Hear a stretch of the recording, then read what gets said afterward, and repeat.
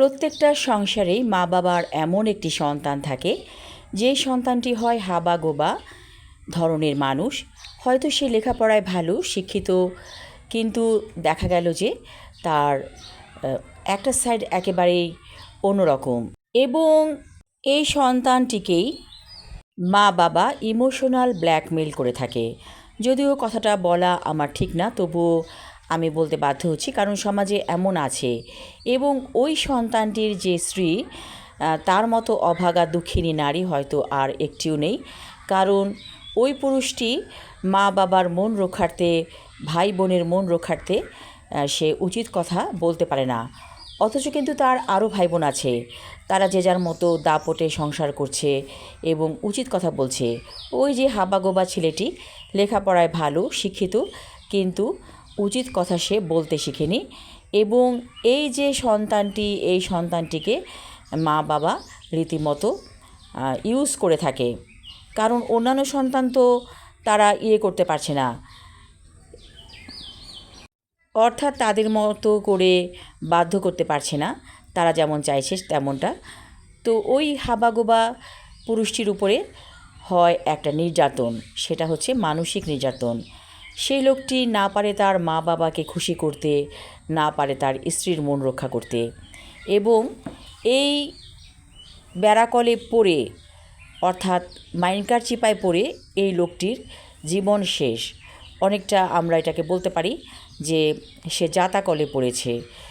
এবং এই যে তার স্বভাব, মিনমিনে স্বভাব, উচিত কথা বলতে না পারা, এটাই তার অপরাধ। এবং ওই অভাগা নারী যে তার ওই রকম স্বামী পেয়েছে, সে সমাজে হয় খারাপ। সে অনেক ভালো হয়েও খারাপ হয়ে থাকে সমাজে, কারণ তার স্বামী উচিত কথা বলতে পারে না।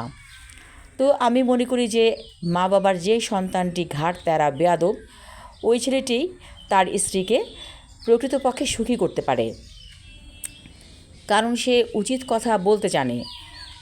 এবং আমাদের সমাজে এই উচিত কথা বলতে না পারার মানুষ অনেক আছে, এবং এদের কারণেই আরেকজনের ঘাড়ে দোষ পড়ে। তো আমি কী প্রসঙ্গে কথাগুলো বলতে চাচ্ছি হয়তো আপনারা এতক্ষণে বুঝে গেছেন। আমি বলতে চাচ্ছি সেই পুরুষটির কথা, পলাশ সাহা, যিনি তার মাকেও খুশি করতে পারেনি, স্ত্রীর মনোরক্ষা করতে পারেনি, এবং শেষমেশ কাপুরুষের মতো সে দুনিয়া ত্যাগ করেছে এবং আত্মহত্যার মতো মহাপাপ সে করেছে। মনে করেছে যে এই যন্ত্রণা থেকে সে মুক্তি পাবে। আমি জানি না তার পরকালে কি আছে, সেটা আল্লাহই জানেন, এবং যে যে ধর্মে বিশ্বাসী সেভাবেই তার বিচার হবে। যাই হোক, ওই প্রসঙ্গে আমি আর না গেলাম। তো এ ধরনের পুরুষদেরকে আমার একটাই কথা বলার আছে, যদি আপনি এই ধরনের স্বভাবের হয়ে থাকেন, আজই নিজেকে পরিবর্তন করুন। মানুষ সব পারে, নিজেকে বদলে দিন। আপনি কেন মিনমিন করে কথা বলবেন? আপনি কেন উচিত কথা বলবেন না?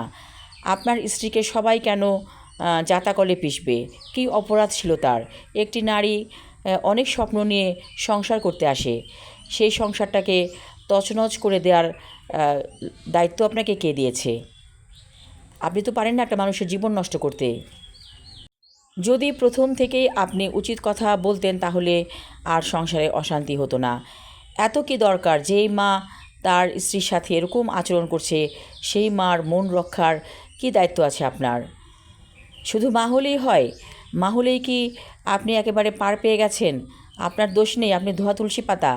আমরা শুধু মাকে উচ্চ আসনে আসীন করি, মর্যাদা দেই, কিন্তু অনেক মা আছে তারা এই মর্যাদা পাওয়ার যোগ্য না। এবং ঘরে ঘরে আপনি খোঁজ নিয়ে দেখেন, এ ধরনের পুরুষ আছে, বহু সমাজে এ ধরনের পুরুষ বিদ্যমান, এবং তাদের স্ত্রীদের যে কত কষ্ট, তাদের কান্নায় বালিশ ভিজে যায়।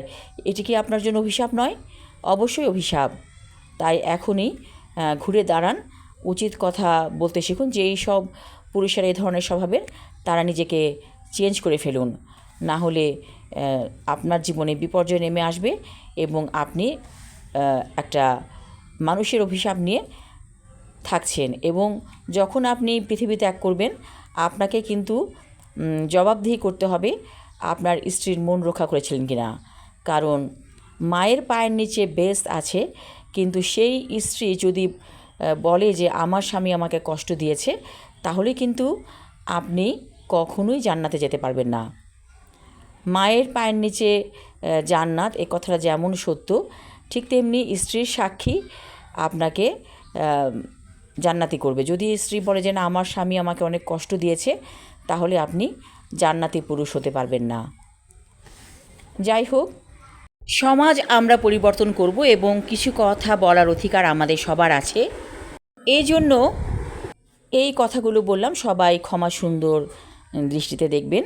আসলে আমরা মানুষেরাই পারি আমাদের জীবনটাকে সুন্দর করে গড়ে তুলতে। যদি আপনার পাশে একজন ভালো মানুষ থাকে, দায়িত্ববান মানুষ থাকে, তাহলেই আপনি সুখী মানুষ। সবাই ভালো থাকুন, সুস্থ থাকুন, এই শুভকামনা করছি। ধন্যবাদ।